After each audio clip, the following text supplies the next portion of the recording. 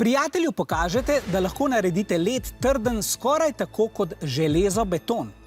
Kaj morate dodati vodi, preden jo zamrznete, da led ojačate? A.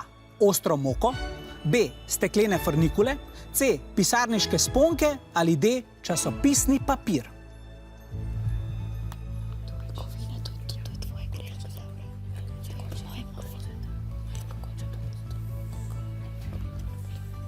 Čas bo potekal. Ja, vijolični ste odgovorili C, pisarniške sponke, rumeni oziroma Osnovna šola Dolenjske Toplice pa D, časopisni papir. Zdaj je na vrsti eksperiment. Jasna, se boš kar pridrsala v studio ali kako? Železobeton je kompoziten material. To pomeni, da je sestavljen iz dveh ali več sestavin, ki so združene tako, da se izboljša določena lastnost materiala. V beton se običajno položi železno mrežo ali palice, zaradi česar je beton bolj trd. Pa deluje to tudi pri ledu. Po vrsti imam primere naštete v odgovorih. Najprej je led zmešan z ostro moko. Vidite, da je led ustvaril take lepe vzorčke. In poskusila ga bom razbiti s temle kladivom. Led se v hipu razbije, tako da dvomim, da je tole najbolj trden led. Gremo naprej. Morda bo odgovor beta pravi. Tukaj imam led pomešan s frnikulami.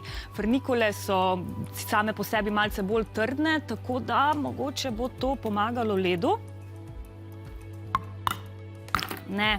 Tudi ta led se zelo hitro razbije. Kaj pa pisarniške sponke?